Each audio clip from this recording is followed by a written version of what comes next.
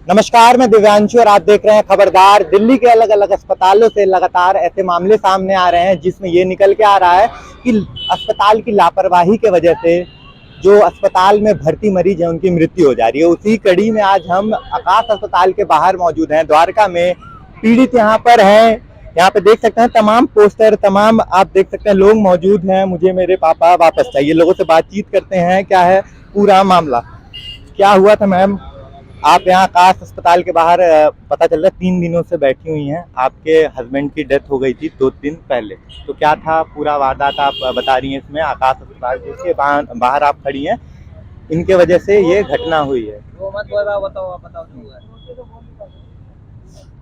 Accident हुआ था भैया, यही सेक्टर 3 में ही पास में। जब उनका एक्सीडेंट हुआ तो जो यहाँ मौजूद लोग थे उस टाइम पे, तो उनको ना हॉस्पिटल में लेके आए। जब हॉस्पिटल में लेके आए, उनकी हालत ना उसमें बहुत ज़्यादा ख़राब थी, बहुत हालत। उनको ना ट्रीटमेंट की उसी टाइम ज़रूरत थी, लेकिन इन्होंने कोई ट्रीटमेंट नहीं दिया, हमें सूचित नहीं किया। गवर्नमेंट हॉस्पिटल है सफदरजंग हॉस्पिटल, वहाँ पे छोड़ा है जाके लावारिसों की तरह। अब हम ढूंढ रहे हैं, मैं ढूंढ रही हूँ, मेरे हस्बैंड है कहाँ हमें पता नहीं। हमें पता चलता है कि यहाँ पहले लाए गए थे, यहाँ उन्होंने 1 घंटे रखा है फॉर्मेलिटी के लिए, 1 सवा घंटे उन्होंने रखा है फॉर्मेलिटी पूरी करने के लिए, वहाँ छोड़ दिया। यहाँ एक नंबर मिला यहाँ से कि इस नंबर पे कॉल, हम जब पहुँचे यहाँ इस नंबर पे कॉल कर लो। कॉल किया, पता चला सफदरजंग। हम लोग भागे भागे वहाँ पहुँचे, वहाँ इमरजेंसी के बाहर अकेले तड़प रहे थे बेचारे। वो इनके बॉडी पे कपड़ा नहीं था, उनकी ऐसी हालत हो रखी थी, ऐसे छोड़ के आ गए। हम गए, हमने एडमिट करवाया, लेकिन जब तक वहाँ रिपोर्ट्स आती, टेस्ट होते, लेट हो चुके थे। बॉडी मूवमेंट जब तक करनी बंद कर दी, डॉक्टर्स ने जवाब देते हम कुछ नहीं कर सकते। वेंटिलेटर पे शिफ्ट कर दिया, 2 दिन वेंटिलेटर पे रहे, तीसरे दिन को हमें छोड़ के चले गए, सिर्फ और सिर्फ इनकी वजह से। अगर ये पता था इन्हें कि पेशेंट की हालत इतनी क्रिटिकल है, इलाज कर देते, हमारा वेट कर लेते, पैसा हम देते, जैसे मर्जी दे देते, लेकिन वेट तो करते हमारा। मैंने पूछा ऐसा क्यों किया, तो इनका पता है एक्सक्यूज क्या है? बेड नहीं है। कोविड टाइम में इनके पास इतने बेड अवेलेबल थे हॉस्पिटल में, आज तो कोविड नहीं है, इतना बड़ा हॉस्पिटल है, एक बेड नहीं, वो भी क्रिटिकल पेशेंट के लिए। इन्होंने सिर्फ पैसे की भूख के लिए किया। एक योजना भी है ना गवर्नमेंट की, एक फरिश्ते योजना करके, उसके तहत भी कोई एक्सीडेंट केस अगर होता है तो इनको पैसा नहीं मिलता, उसमें फ्री इलाज करना होता है। इन्होंने वो भी सोचा कि हो सकता है कि शायद इसके परिवार से ना जाए, तो क्या पता इसलिए बोले, तो उन्होंने भेज दिया। मेरा तो ये कहना है तुम्हारी लीगल ड्यूटी बनती है, एडमिट तो करवा देते कम से कम। मैं जब तक वहां पहुंचती वहीं रुक जाते, मुझे एक रिपोर्ट दे देते क्या हुआ, तो वहां दोबारा टेस्ट करवाने की जरूरत ना पड़ती, क्या पता बच जाते वो। लेकिन इनके वजह से चले गए। अब मैं 3 महीने हो गए इस बात को, 3 महीने इसके पास भागते रही, क्या रीजन है, क्या है, कैसे। तो मुझे पता क्या बोलते थे मैडम, मैंने कहा अगर बेड, कहते रीजन देते बेड नहीं है, मैंने कहा बेड नहीं तो एडमिट करवा देते। मैंने आपकी बात मानी, ऊपर रख के एडमिट करवाते। कहते हम छोड़ के नहीं गए, हमारे पास तो एम्बुलेंस ही नहीं है, ये बोला इन्होंने। तो मैंने कहा फिर कौन छोड़ के आया? तो कह रहे हैं कि हमें नहीं पता कौन लेके गया, ये लेके गया होगा, हो सकता है वो लेके गया हो। मैं कौन लेके गया? कह रहे हम हर पेशेंट के आगे पीछे थोड़ा ना भागेंगे, तो हॉस्पिटल है, धर्मशाला तो नहीं है भैया, इनके पेशेंट कोई भी ले जाएगा, इन्हें पता नहीं चलेगा क्या? आज जब यहाँ बैठे हैं तो इतना परेशान, हम इतना परेशान। मैं यहाँ आती नहीं, अगर 3 महीने पहले मेरी बात सुन लेते ना, पुलिस स्टेशन जाती थी, पुलिस वाले क्या कहते थे मुझसे, एफआईआर लिख लो। कहते क्या, हमारा डिपार्टमेंट नहीं है, हम एफआईआर नहीं लिखेंगे इसकी। आज पुलिस वाले, एसएचओ, कमिश्नर सब यहाँ आ रहे हैं, कह रहे रिपोर्ट लिखवा लो। जब 3 महीने पहले नहीं लिखी तो अब क्यों मैं रिपोर्ट लिखवा लूं इनकी? 3 महीने पहले क्या जवाबदेही थी पुलिस प्रशासन से, क्यों वो रिपोर्ट नहीं लिखते थे? क्या कह रहे थे? हमारा डिपार्टमेंट नहीं, मेडिकल काउंसलिंग जाओ भैया, पहले तो तुम ही एफआईआर लिखोगे, तो अब क्यों आ रहे हो? तुम्हारा डिपार्टमेंट नहीं तो अब एफआईआर लिखने क्यों तुम आ रहे हो? इनके पीछे आती थी, बात सुन लो, ये नहीं सुनते थे, अब क्यों आ रहे हो बात करने? अब क्या बात करोगे मुझसे? मेरे तो हस्बैंड चले गए ना, अब बात पलट दी। कल एक मीडिया वाले 2-3 चैनल वाले आए थे, पहले ये बोल रहे थे कि भाई हम लेके नहीं गए, हमें नहीं पता पेशेंट कौन लेके। कल इनका एक नया बयान अंदर से आया है, उनका बयान आया है कि हाँ हमने ट्रीटमेंट किया, हम सफदरजंग लेके गए थे, हमारे पास पेपर पे प्रूफ है। तो भैया पेपर पे भी हॉस्पिटल तुम्हारा, प्राइवेट हॉस्पिटल, प्रूफ तो मिनटों में तैयार हो जाते हैं पेपर पे, तुमने खुद तैयार, लेकिन मेरे पास भी सॉलिड प्रूफ है इनके खिलाफ। ये अपना प्रूफ निकाले, मैं अपना प्रूफ देती हूँ, फिर मीडिया, लोग, आम जनता फैसला करे मेरा कि ये सही है या मैं सही हूँ। और कोर्ट कचहरी मैंने नहीं जाना, मैंने एफआईआर नहीं लिखवा ली। 3 महीने क्यों नहीं लिखी? कोर्ट जाने का मतलब 10 साल धक्के खाते रहो।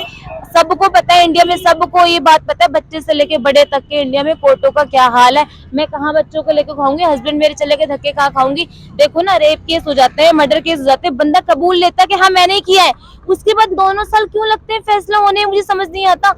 तो मैं कहाँ जाऊंगी, मुझे तो यहीं से फैसला चाहिए। मैं यहीं बैठी क्या हूँ। चाह रही हैं आप मैं यहाँ यहीं पे? बैठी- अब तो मेरा मैं बहुत कुछ चाह रही थी, लेकिन अब मैं ये चाह रही हूँ कि अब मुझे ऐसी ऐसी हरकतें कर रहे हैं ना, 3 दिन से मैं यहीं बैठी हूँ। आज इन्होंने क्या किया, सारे पैतरे हटाए नहीं। आज लंबी वाली एम्बुलेंस आती है ना, इस जगह दिखाओ सर, इस जगह एम्बुलेंस खड़ी कर दी। क्योंकि आते जाते लोग ना यहाँ से देख रहे थे, हमारी आवाज आगे तक पहुंच, लोग देख रहे थे, वीडियोस बना रहे थे, लगा अब तो हमारी बेइज्जती हो रही है, एम्बुलेंस खड़ी कर दी। जब मैं ठीक है एम्बुलेंस खड़ी कर दो कोई बात नहीं, मैं अपने पोस्टर लेके वहां खड़ी होगी जाके रोड पे, उस जगह साइड में, रोड ही ब्लॉक नहीं की। तो पुलिस आती है फटाफट से मुझसे कहती है मैडम यहाँ नहीं खड़े हो सकते। मैंने कहा वाजी वाह, रोड पे उनकी एम्बुलेंस खड़ी होती है, मैं साइड में खड़ी नहीं हो सकती, अंदर नहीं खड़ी, बाहर खड़ी हूँ, मैं यहीं खड़ी रहूंगी। जब देखा ना पेशेंट आते देखते हैं तो एम्बुलेंस भी हटा दी। इतना परेशान कर रहे हैं। अब तो मैं कहूंगी 3 महीने इन्होंने भगाया, परेशान किया ना, मुझे कुछ नहीं चाहिए, मैं 3 महीने ऐसी बैठूंगी, कितना परेशान करेंगे मुझे ये। जब तक मैं इनकी अच्छे से बेइज्जती नहीं, मेरी तो जिंदगी बिगाड़ दी, मैं भी बिगाड़ूंगी इनकी, मैं ऐसी बैठ। अब कह रहे हैं बात कर लो, अभी जब हुआ है ना इतना, जब कुछ हो जाता है लगता है कुछ हो रहा है, कुछ हो रहा है, अंदर से मैसेज आता है बात कर लो, इतना परेशान रुलाने के बाद बात कर लो, मैसेज आया क्या चाहते हो बात। मैं कुछ नहीं चाहती, मैं तो यहाँ बैठी हुई हूँ, 3 महीने बाद ये बताऊंगी क्या चाहती हूँ। मैं परेशानी करूंगी मैं अच्छे से। आज ही मेरी स्टेटमेंट हुई है 3 महीने बाद की। आज से पहले मेरी स्टेटमेंट ये थी कि ठीक है, जिन लोगों ने मेरे साथ गलत किया ना, डॉक्टर सुमित उस टाइम ड्यूटी पे थे, एक दीपक इनका है स्टाफ का है, उन दोनों का रिजाइन लेटर चाहिए मुझे, मेरे बच्चे सिक्योर चाहिए। बट आज मैं पहले 3 महीने यहाँ बैठूंगी, उसके बाद मुझे सब चाहिए। 3 महीने में यहीं बैठूंगी मैं आज।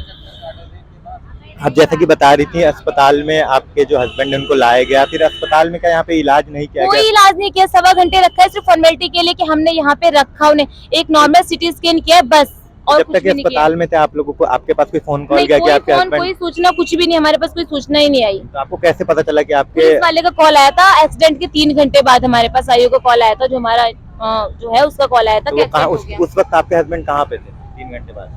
वो आईओ को खुद नहीं पता था कहाँ पे है, आईओ खुद ढूंढ रहा था कहाँ है। आईओ भी ऐसे, पुलिस वाले कोई नहीं पता, पुलिस वाले केस होता है कि पेशेंट है कहाँ, पता नहीं, इन्होंने पैसा दिया, उन्होंने पैसा दिया, क्या किया सब ढूंढ रहे, पता ही नहीं। ये हाल है हमारे देश के। तो आम जनता है, मेरा साथ दो ना, क्यों नहीं देते? आज मेरे साथ हुआ है ना, कल किसी रोड पे हर कोई चलता है, अमीर गरीब छोटा बड़ा नहीं होता, हर कोई किसी के साथ भी हो सकता है। अरे हॉस्पिटल वाले कब तक अपनी मनमानी करते रहेंगे? आज मेरे साथ किया है ना, पहले पता नहीं कितनों के साथ किया होगा, कितनों के साथ करेंगे, तो आज रुक जाएंगे तो हो सकता है कितने परिवार बच जाए। मेरा तो उजड़ गया, मेरे बच्चे के ऊपर से तो उनके पापा का शायद चला गया, मेरी तो लाइफ खराब, पूरी हंसी की लाइफ मेरी तबाह कर दी इन्होंने, लेकिन किसी और की तो बच्चे कम से कम।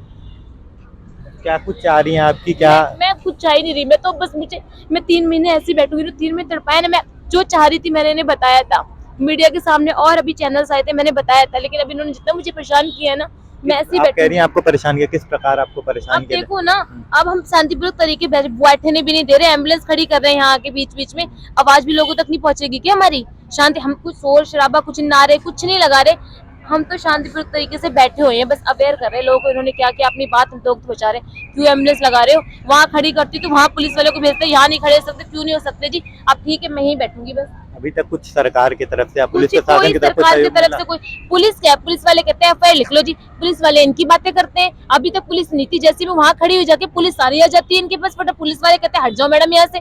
क्यों हट जाए? एम्बुलेंस खड़ी होती रोड पे, पुलिस वाले नहीं कहते, मैं खड़ी होती तो पुलिस वाले बोलते हैं हट जाओ आप। क्या पुलिस वाले क्या सहयोग दे रहे हैं? क्या देंगे?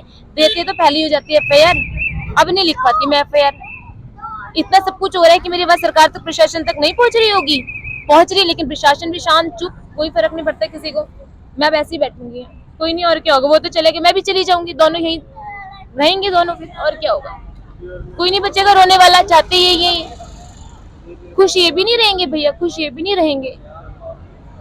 इमारत बहुत जल्दी ढहेगी, हर किसी का घड़ा ना भरता है, हर किसी का बाप का घड़ा भरता है। देख सकते हैं तमाम छोटे छोटे बच्चे के साथ एक माँ बैठी हुई है जिनके हस्बैंड की डेथ हो जाती है। इनका ये कहना है कि आरोपी के आकाश अस्पताल इस मौत की वजह है। तमाम पोस्टर और बैनर्स के साथ यहाँ पर लोग बैठे हुए हैं और इनका यही कहना है कि इस पूरे मामले में इस अस्पताल की जवाबदेही है, इन्होंने जो इलाज है नहीं किया, अस्पताल में बेड नहीं है, ये बात बताकर यहाँ से किसी सरकारी अस्पताल में रवाना कर दिया। इस पूरे मामले में आपकी जो राय है हमें कमेंट करके जरूर बताएं। कैमरामैन शुभम के साथ मैं दिव्यांशु, खबरदार।